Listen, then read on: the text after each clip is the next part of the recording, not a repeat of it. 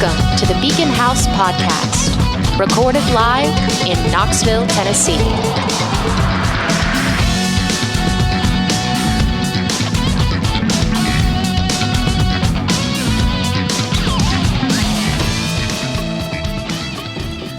Hello, hello, hello. How's it going, everybody? It's been a little bit of a minute, and we're glad to be back with you. This is Beacon House, end of the year 2024 special. And before I get too far into this, I want to say hi to my co-host sitting over there, Grace Steele. How you doing, babe? I'm doing good. It's good to see you, Spencer. We got Finn in the house, and it's good to be sitting back on this chair on the other side of you. Well, it's really good to have you sitting in that chair again. You are absolutely the best. And we're here to sort of wrap up 2024. This should be coming out on or right around like New Year's Eve. What do we have to say about 2024? What do you got? 2024. So like as I've gotten older, I just I think we've talked in other episodes where we've done New Year's resolutions. We talked how everyone has a New Year's resolution, and then like they give up 90 days in. Yeah, and it's like just a fad. It's just something to do. We have had that talk. Yes, we've had that talk, and there's nothing wrong with people who do resolutions. They want to eat better. They want to look better.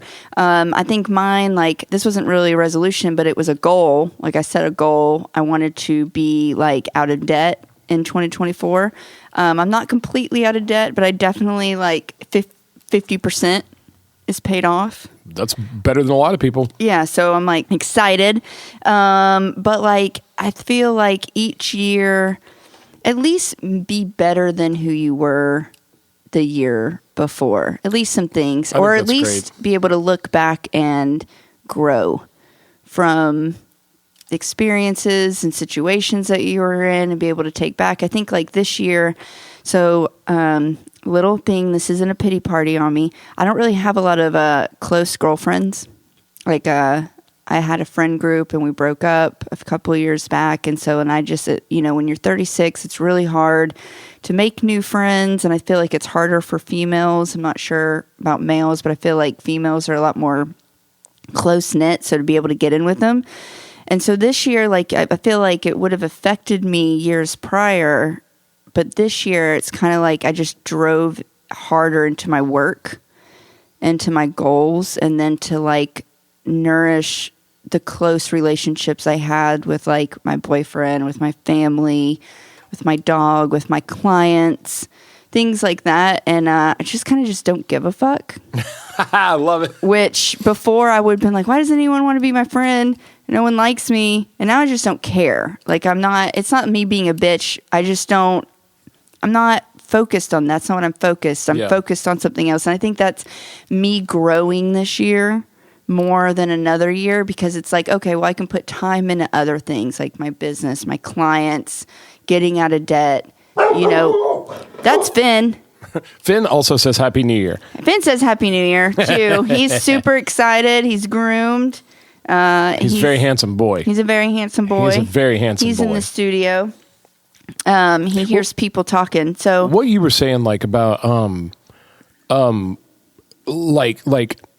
used to try to like, why don't people like me? And then you get to that point where you just don't give a fuck. It's very good, I think, to not be seeking approval. Because, and weirdly, here's what I find. Like the times in my life where I've just not given a fuck about seeking the approval of others is when I've gotten it the most. Mm-hmm. It's almost like, when you're like not desperate to find love, that's generally when you find it. Or when you're not desperate to get the approval of other people, that's when people find it. Yeah. They approve of you the most, because you're doing your thing and you're not trying. Yeah, because you're not searching. So it doesn't matter if it takes 6 months or 6 weeks or a year. You're like, oh, it's there. It came. But I'm just looking at like the growth. I would like to see myself grow each year. So with 2025, come be able to like grow even more. Yeah. Be able to like, what can I grow and learn to better myself then? Like I got some creative thinking journals to like help get back into like creative thinking and writing and journaling and then figuring out. I got some journaling on some like anxiety and like doing some deeper inward looks, and I got back into reading. Like I barely read last year and earlier this year, but I got into it again. I've been on all like audiobooks for so long, and I actually went this year. I started trying to like hang out a little bit in bookstores. Some more, like we hung out in a bookstore. We hung out at a bookstore, and there's another one. So we hung out at Barnes and Noble over in Cedar Bluff, and I know everybody knows about it and whatever. Everybody knows me and like the guys in Burn the City and the original podcast hosts of Beacon House, Hunter and Casey. Like we all basically lived at Books A Million and Joe Muggs, and like that was our center of the universe. And it was like when it disappeared, we were all just kind of like ships adrift at sea, But recently, I've popped in Barnes and Noble a couple times, and they have coffee, and you can smell the coffee, and you smell the books, and it's got that feeling. And there's another one a safe feeling. It has such a safe feeling. I also realized this when I was in there last time I was by myself. I just popped in to get like a coffee and like walk around amongst the book. Wasn't even really shopping. Just wanted to look at the covers. Like it does something for me. Puts me at fucking peace. But I realized it smells in Barnes & Noble like it smells at my therapist's office. And I didn't even make that connection until I literally went there right after therapy one day. And I was like, whoa, now hold up. I feel like I just came from here. And there's also a place out on Broadway, technically Tassel Pike, but right there by Party City, called Fable Hollow. I've heard I've been wanting to go in there. So I tried sometimes they have weird hours, like they'll close early for an event or something like that. So I tried to go a whole bunch of times and they were closed and it was weird. But then I finally got in like last week and it was magical too. Same thing, books everywhere. There's a lot of like fantasy books and stuff, but like there were a bunch of really cool books. There was even one that I got, like it was a book where it compared your like all of your ex. It was supposed to be kind of from a woman's perspective, but it was like comparing all of your exes to like sea creatures. And so I was like, fuck, I wonder which ones I am. And I went through and I found the ones that were definitely me. Like, did you see those? Yes, I saw. Is that what that was? And I tried to turn it into like a positive, like a funny thing. Like there was one that said, the guy who loves the sound of his own voice. And I said, follow Beacon House podcast. And then there was like the guy who never stops networking. And I was like, follow Burn the City. Like I was just trying to go in like, or the guy, like the old guy that acts like a young guy. I was like fucking guilty, But anyway, like it's a cool place too. And they have coffee and they have books. So there's this little charming little nexus of a thing. And again, I would still 1,000 times prefer that Joe Muggs was still there. Yeah. Books A Million was still there. Cause it was just, it was it's wrong.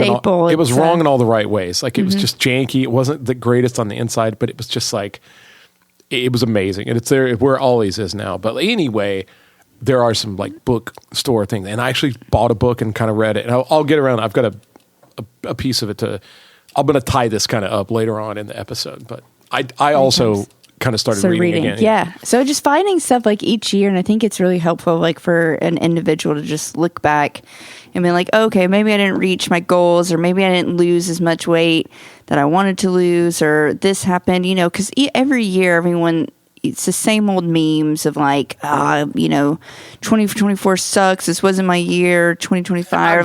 I'm guilty. I did a whole episode about that. But it's true. I mean, every year, shit happens. Shitty shit.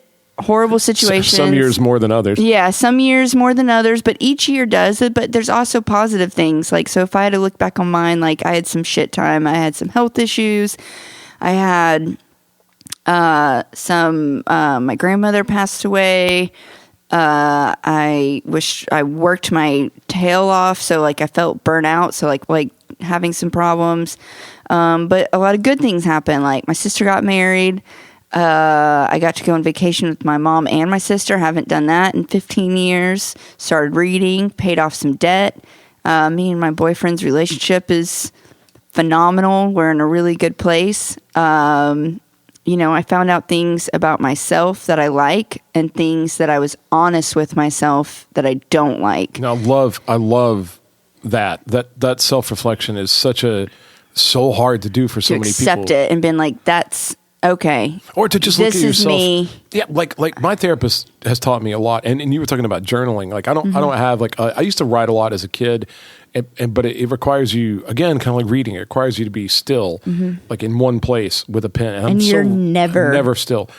But I have started like journaling on my phone when I leave the therapist, and she says a lot of stuff like that too. Like Like, stop being like mad at yourself and stop hating all these things you do. Just let those be separate from you. Like, let your problems be separate so you can look at them and go, without hating it. Like, if you fall off the wagon on like your diet or something, which is the story of my fucking life, you know. But like, instead of just being mad at yourself and like, oh, I'm such a dick, or like you really get down on yourself for failing, is to just allow it to be without it having to be good or bad, and just go, well, so next time I need to do this thing, right? And just to look at it objectively. That's one of the biggest things about like solving your problems, or even like you always want to. Everyone wants to control and solve their own problem and fix it, and you can't always do that. You can't always do it. Sometimes you have to coexist with your problem. Yeah, like I'm socially awkward.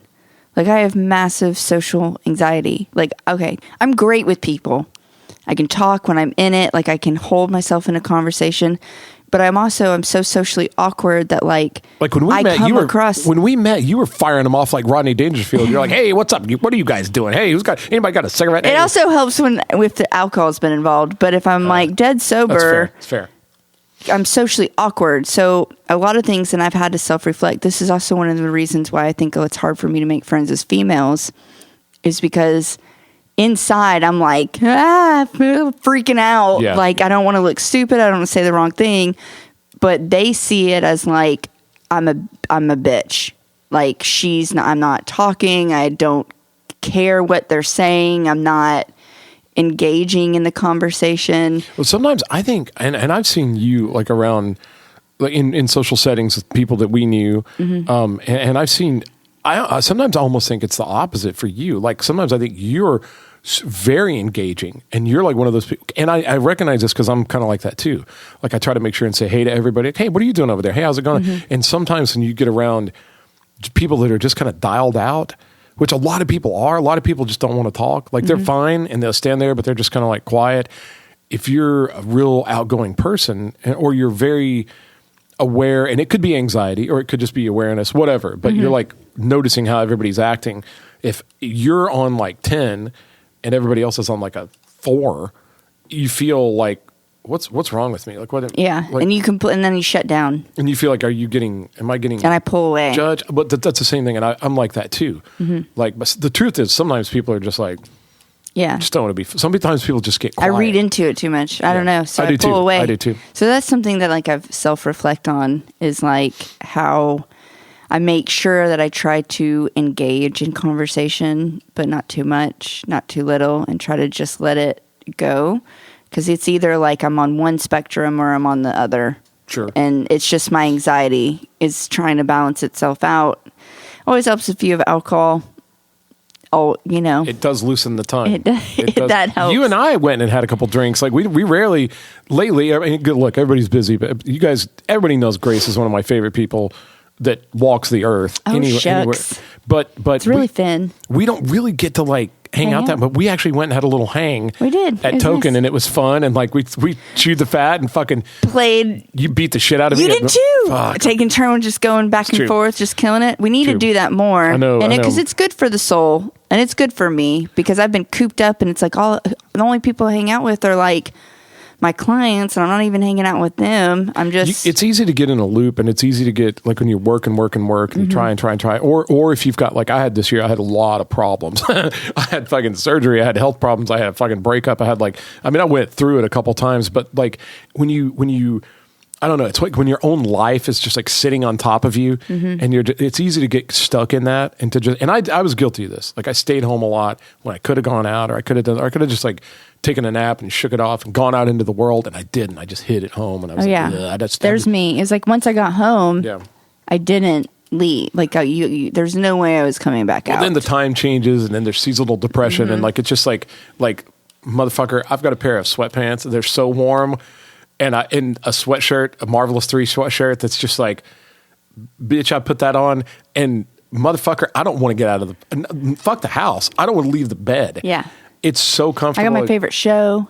Dude. Got your animals. My animals just cling to me all the time. Like I've got 2 old cats, and wherever you go, they just lean up against you like furry heaters. Yeah. But it's to that point, it's easy to just like, to kind of hermit, and I don't think that's always bad. But like sometimes you may look in the world seems like it's kind of skipping you by, And I think that's the point where you have to kind of go, all right, look, I got out. Now that we're talking about all this stuff, I feel like now I've had actually some epiphanies this year. Like before, it was, like I said, a couple episodes. You only have to go back about 2 episodes, 3 episodes, and I was really bitching about everything that happened to me in 2024. Well, we're not done yet. Like I've got another surgery coming up that I didn't know about then, and it's going to be the biggest one of all. Like we'll get into that next year, but it's going to knock me down for like half a year. Like, motherfucker, I'm going to be, I'll be bringing you chili. You are the fucking best. And I knew you would. I know you would. I will. I'll bring you food. I know you would. You need to go to your appointments. You need cat food. You're like, my cat, I can't go anywhere. I need cat food. Bring me some da-da-da. Yeah. I mean, I'll totally take a visit anytime. But the truth of this day, even when I had like knee surgery, so many things are just like, tell your phone, fucking Instacart, DoorDash, like... It's easier now to be cooped up than ever has been. Yeah. It's fucking crazy. Well, but I did want to say, like of all the stuff that I complained about in a couple episodes ago in 2024, and it was some wild shit. Like somebody shot a bullet through my house. You know what I mean? Like there was a lot of had a lot of fucked up shit. A lot of bonkers stuff happened in 2024, and I think I did a lot of complaining about the year, and really, I'm going to be very glad to see 2024 go. Like 2024, ultimately, at the end of the day, this year can go fuck itself. It was one of the worst in my fucking 50 years of living. This is one of the probably top 4 worst years But the sum total of all that, whatever. I do want to say there were some really good positives, and I went back. And like, first off, the Band Eat Band thing. Like, we were so glad to finish the way we did with who we did. And like, we raised a ton of money for Young Williams. And I mean, like, the band really got together and we put our all into it. Y'all worked super hard. We worked super hard and it paid off. We loved how it turned out. Like, we were totally happy getting second place. We don't care. We weren't mad about we're friends of the first place band. I know I've said that a lot, but that was a big highlight for me. That was probably not just a year. Like, that's probably like a 5-year highlight. And then, during the summer after I had surgery, like I found this like public swimming pool out in Oak Ridge that I like to go to. I just went by myself, but it was real relaxing and I would just go and it was real therapeutic and it was like low impact on my knee. So I was rehabbing my knee in this like pool and it was a nice little drive. Anyway, there was just all this like Zen shit happening along the way and it was lovely. And so that was my little personal escape, like twice a week. I got to go see The Marvelous 3 in Atlanta. I was in the same room as Butch Walker again, and I'm never going to shit on a year where that happens. You know what I mean? Fucking we all together went and saw The Substance, which fucking became, that was great. It became probably in my top, You love it. I love it. You do love it. I love it for so many reasons. I like it. I think it was a great movie, but I can't do body horror. I know. That was rough. That was a rough movie to get through. Like I love it, and I've gone on about it to so many people, and even like this most recent week, shout out Brandon Hudson and Ash Hudson. I love them to death. By the way, they were another huge part of my year, as I actually got to officiate their wedding, and I do it in front of his mom, like while she was still here, and it was just like super. It was extremely like nerve wracking because I feel like there was like so much riding on the line, but I love all those people so much, and the people who were there. Like the guys that play with him and Stacked Actors. And I mean, just everybody was like the people that were there to watch it. And then those 2 people, I just love every one of them so much that it wasn't difficult to do. It was just felt like a lot of weight, but it was a tremendous honor for them to trust me with that. And we stood out there on the hill behind his house and it was just gorgeous. So that was a huge one too. But anyway, I saw them recently and they said, hey man, we went and watched A Substance and we really didn't care for it. And I go, listen, it's not for everybody. But it's weird to me now these days, as shitty as movies they feel like they're getting shittier. It's weird for me to see a movie that like automatically goes right into my like top 5. And it was definitely that for me. Like that director, I can't wait to see what she does next. I've heard that it's nominated for so many Golden Globes. I mean, it was great. The movie, the acting, the writing. It was fantastic. The themes. It's got all these themes. Can't do body horror. I know. Just how intense that was. It's a lot of triggering. I just can't do it. But it was, and it should win a lot of awards. Did you guys go back and see her other movie, Revenge? I feel like Caleb had seen it. It's rough. I don't think we went back and saw it, but I think we had the intent to do it. I'm not sure. In this cabin that we're about to go to for a week, there's a movie theater in it. Fuck. And so he has like a whole list of movies that we're about to sit Well, I trust, and just like watch through. We've talked with him. Caleb's a huge I trust movie. his judgment. Yeah. But that movie, Revenge, is a little rough too. But it's rough in a beautiful way. Mm-hmm. Like, it's not one of these movies just gross to be gross. Like, all of the stuff is like, I think maybe that's why I like it, because it's extreme, but it has also like a certain beauty to it. Mm-hmm. And that's a lot of the music I listen to is extreme. It's very extreme, but it's still like kind of romantic. Like, metal is extremely romantic in a way. Like, anyway. But that movie came out again. That was a huge highlight for me. And here, just like a couple days ago, like on Christmas Eve, I finally got to go to the new Freedom Hope Church, which is our singer Hunter. It's him and his wife Libby are like in the music program out there, and they sing. And I mean, it's like, and also his brother Pastor Adam, who's been on this podcast way back. Pastor Adam is the head honcho for Freedom Hope Church, and they've got a gorgeous building out in Oak Ridge. And we did like a midnight service on Christmas Eve. Mm-hmm. I got your mess. Yeah, I was. And, I mean, it was kind of a long drive, but I got to tell you, man, like, they were so sweet, and those people were so great, and they played and they sang wonderful. And I mean, they did all the standards like "Oh Holy Night" and "Silent Night," but man, it was just great. And they're just the best people. They're so warm and they're so cool. And Pastor Adam's great, and of course Hunter and Libby are like, I don't want to. They're going to hear this podcast, but they're just so fucking great. I love them. Yeah, both of them are amazing. They're sweet. They're warm, they're just good-hearted, good people. Salt of the earth. Yeah, like if you didn't have faith in humanity, have faith when with them. That's true. That is true. And man, like, just picture like a whole bunch of, and it wasn't like a ton of people, but just to picture a whole bunch of people just like them, and it was just wonderful and warm. That's nice. And our friend Jody went, and I mean, like.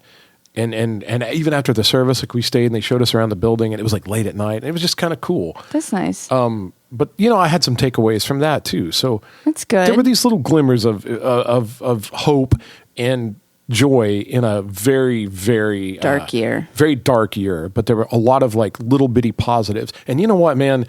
Like, I started the year with a lot of good friends, and I'm ending it with the same good friends. And like, you know what? I'll never ever.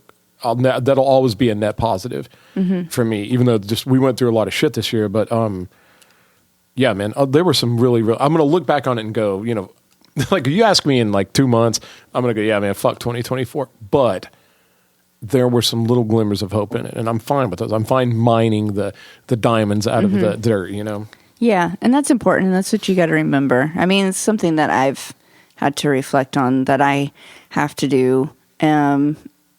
Just trying to find the good in the negative. Because, I mean, we could get into the like things that didn't even happen to us, but just happened in the world this year.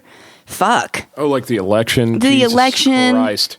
Forgot about that. All the wars, all the death, all the and then just not to talk about the climate, all the sickness that's happening. Even these mysterious fucking drones all over the United States. Just all these. It's a bonkers year. And then people are just sucking. People are just sucking. They're not like, it's just like they're sucking, and something like this. They're not making people like how they used to. Like, they're just fucking suck. People are broken. Yeah, they are. They're broken, and yeah, there doesn't seem to be this. And I'm trying not to focus, because people focus on all that stuff, and it's like they make all the stuff that's happening out in the world, they bring it into themselves, and they let it like affect their lives and their decisions, and they amplify it. And it's like, man, we are just a tiny little grain on this planet in the big picture. We can't even control that shit. The election, anything that happens, we don't have any control over it. We have no say.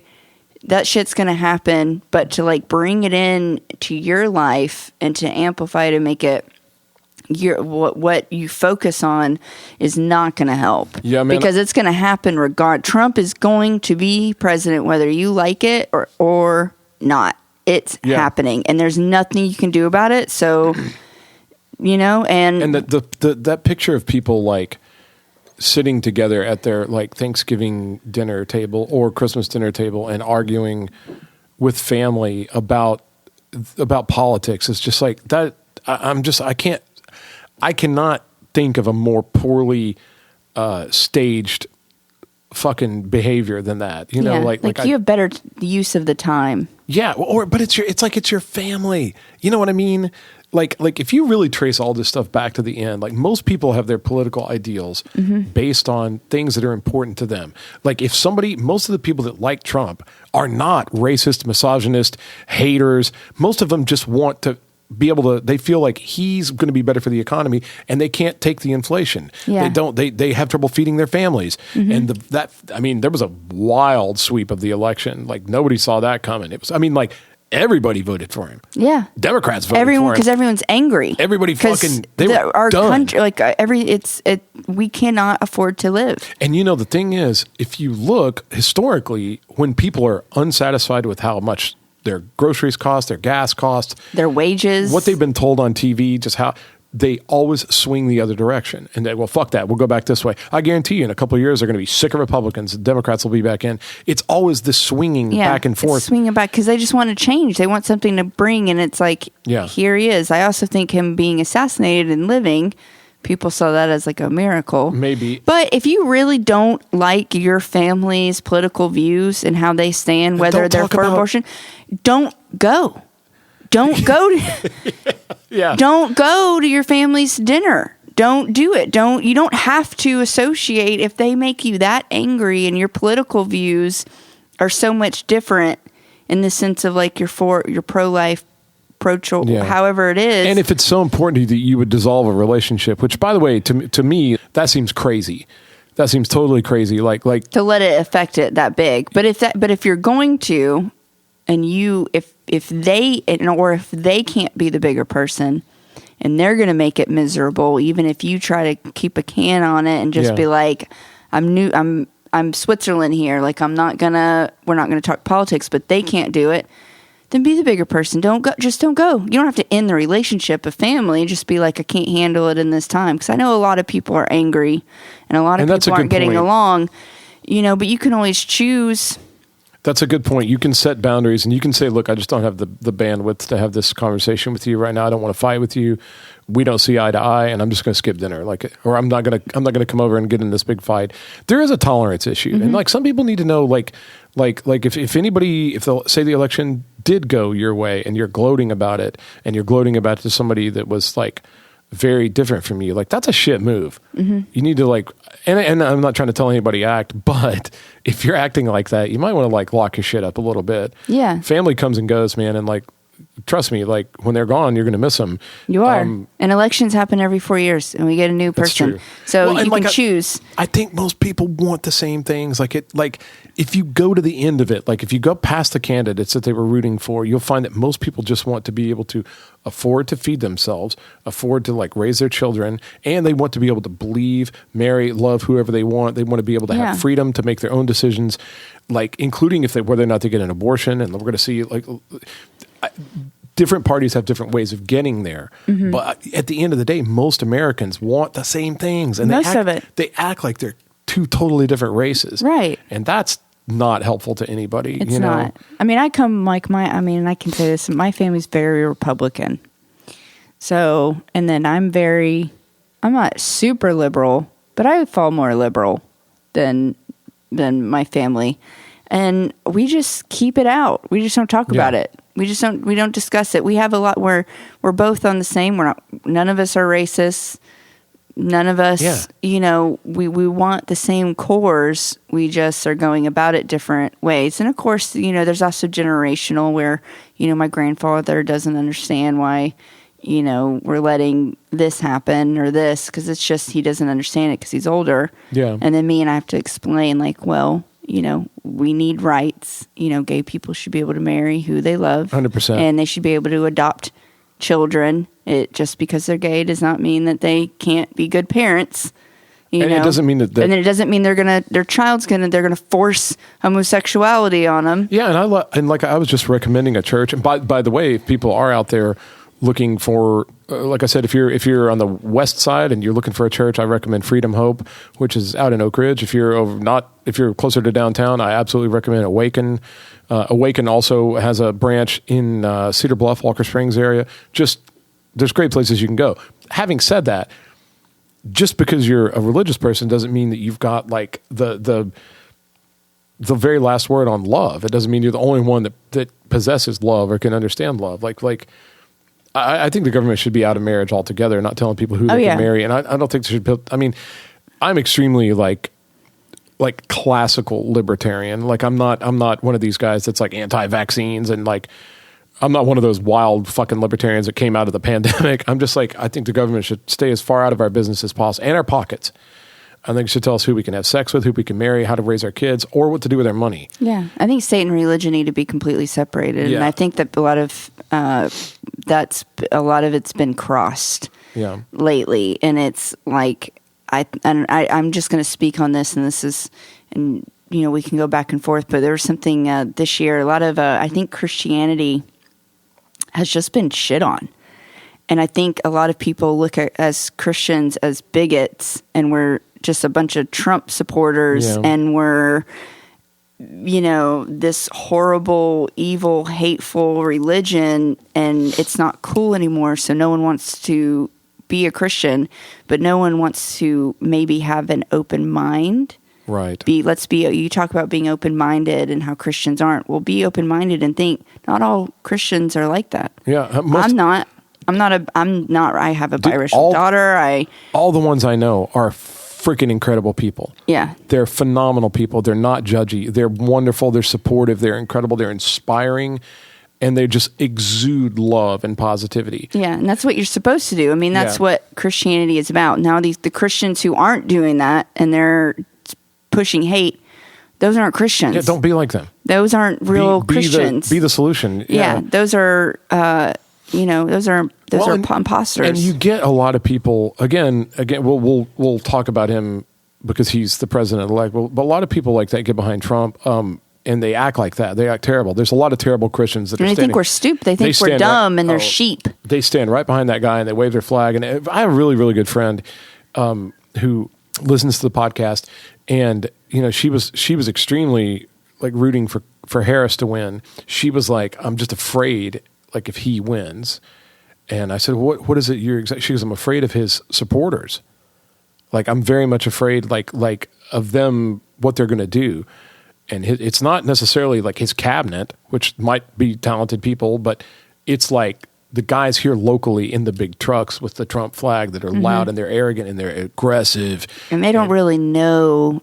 They don't really know what's happened. Like they just. And I get it. I fucking get it, man. Like there's a lot of people that get behind that guy are not necessarily doing it in an eloquent way. Like they're not doing a lot to try to make the people who are the LGBT community feel like they can come on board and like, dude, we got you too. Like we're going to defend your rights too.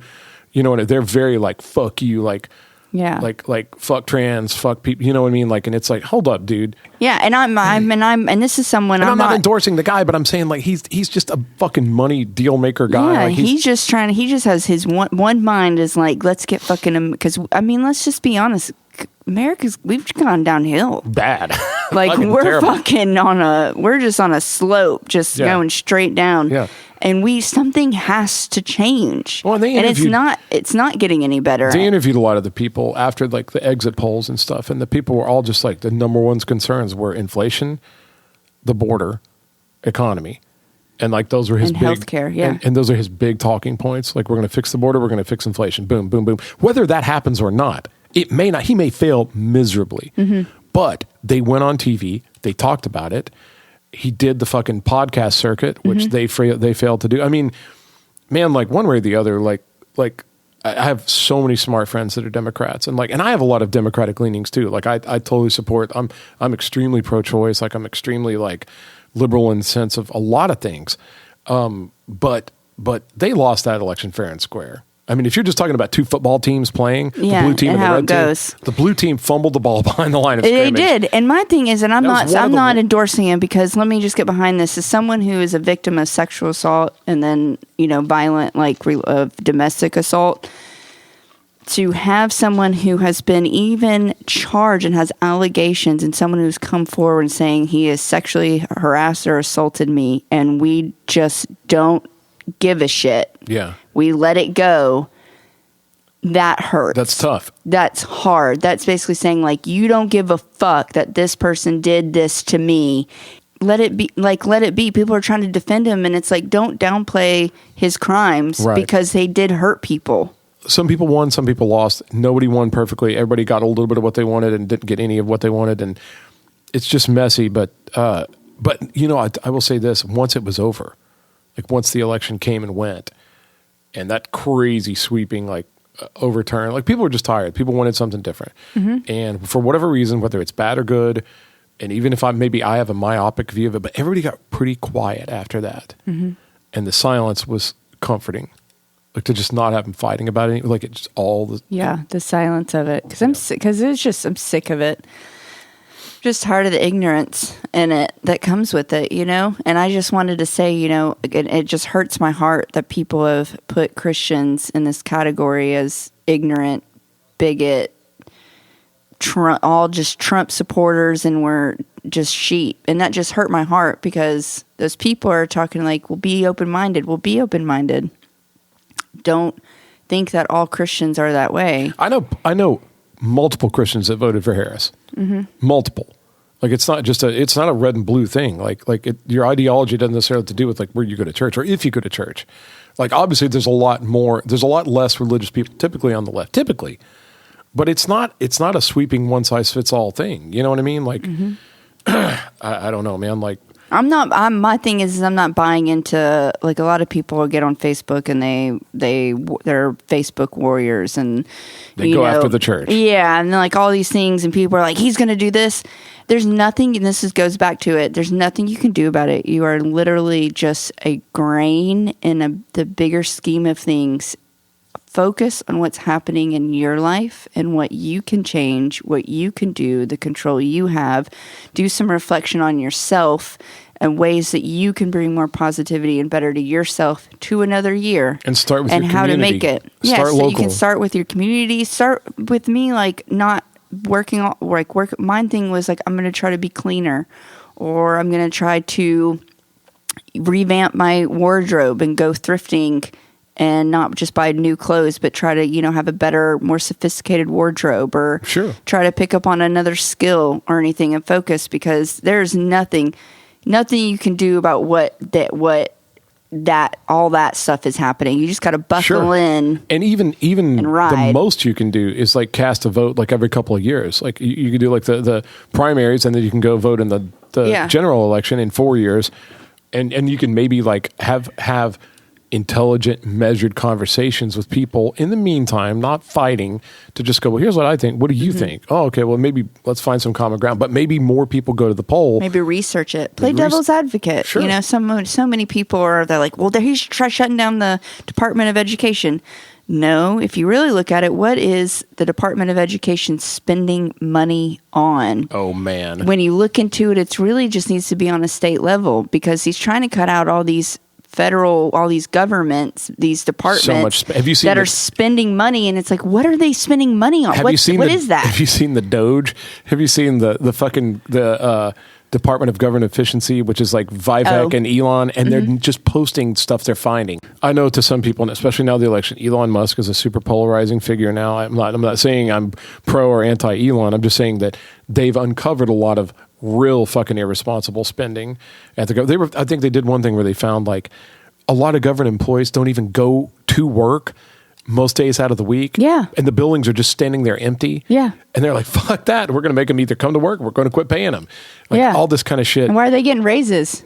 Every year. Like all these other officials, like they just keep getting them when they're not coming. Yeah. They're uncovering a lot of shit. Yeah. And for better or for worse, I'm hoping it saves the American people some money. Maybe it will, maybe it won't. Maybe Elon's a fucking crook. Maybe they're all crooks. Maybe we would have been better off with Kamala.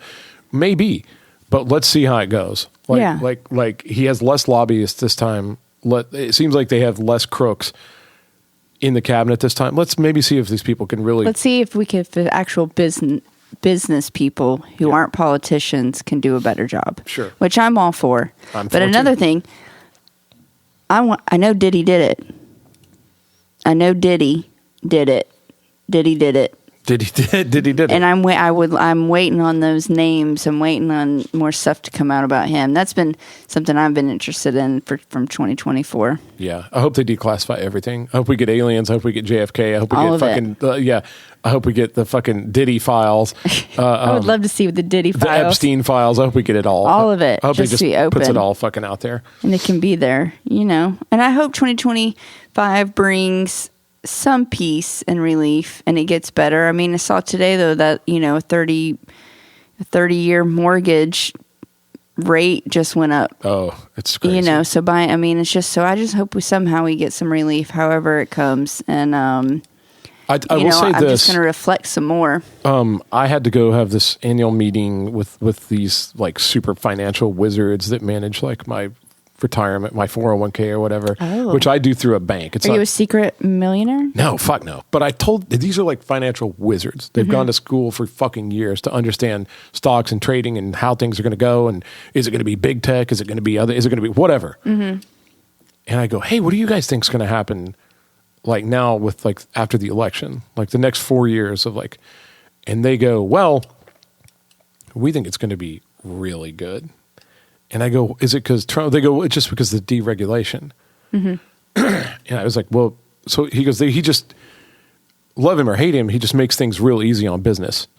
And when business does well, stocks do well and everybody does well. Because we think it's going to be a massive. So I need to get in now. Well, like I said, man, if for anybody listening, if you don't have some kind of investment going, you can start by downloading Acorns on your phone. It'll round up the change you spend on your Starbucks and it'll invest it. You don't have to do shit.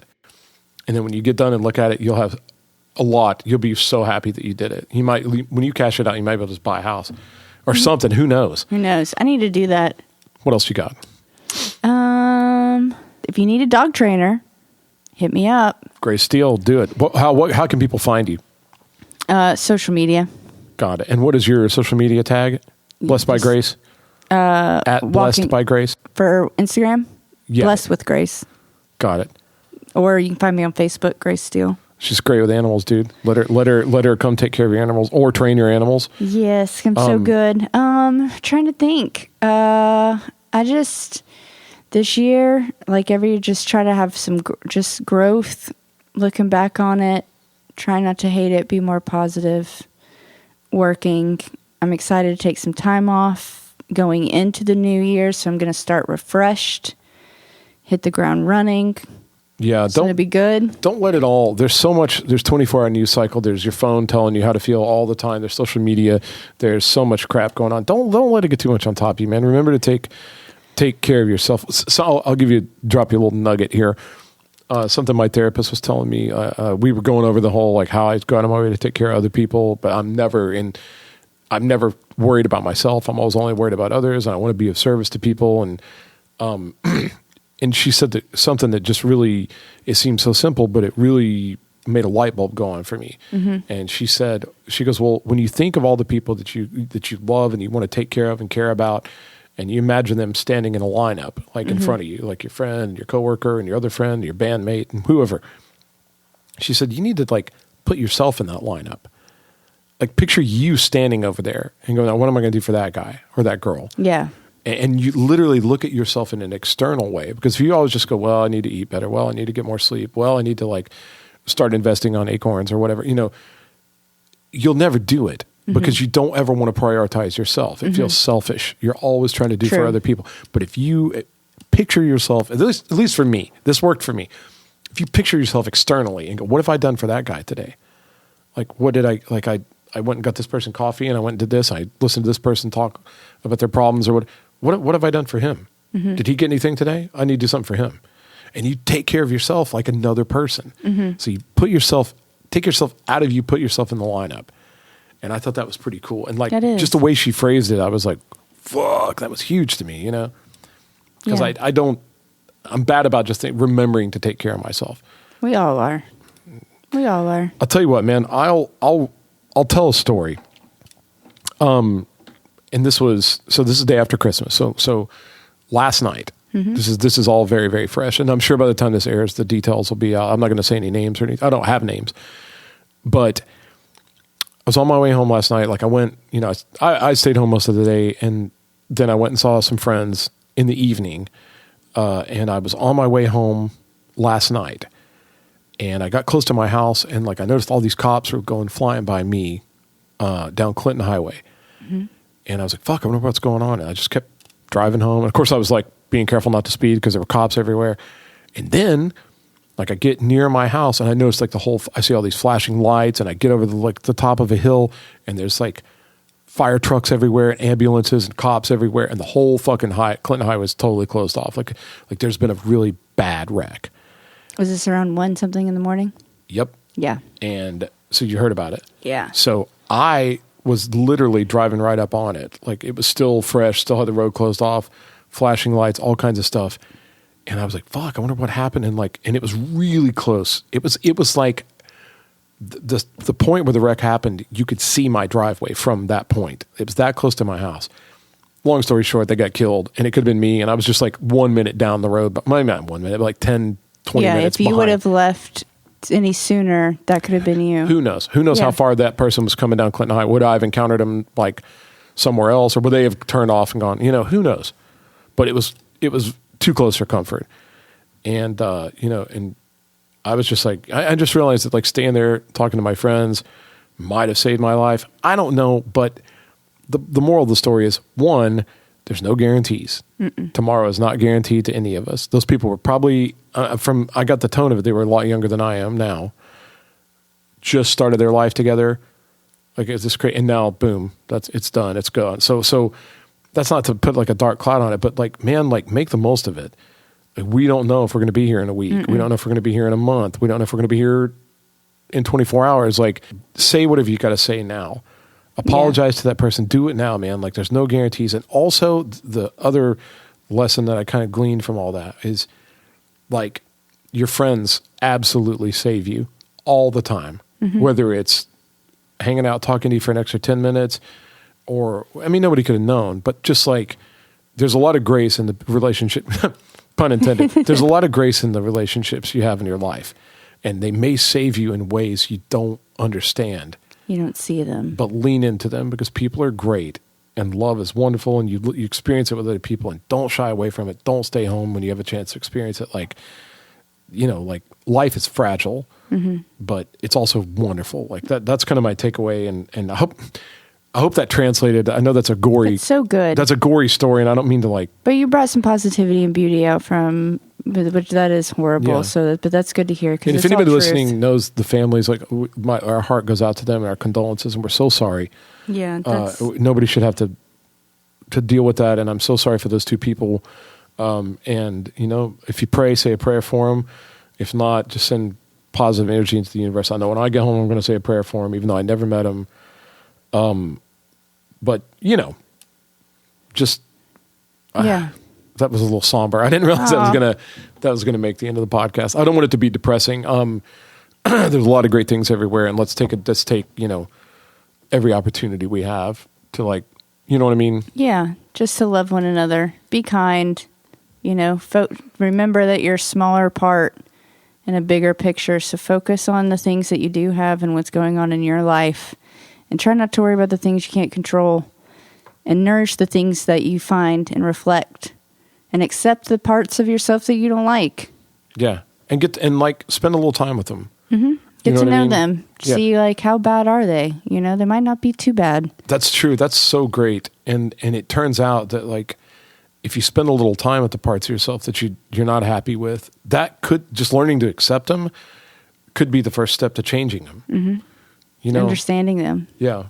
Stop. Don't hate yourself. Like, find ways not to hate things about yourself. Find ways to, like, work on yourself without be good to yourself.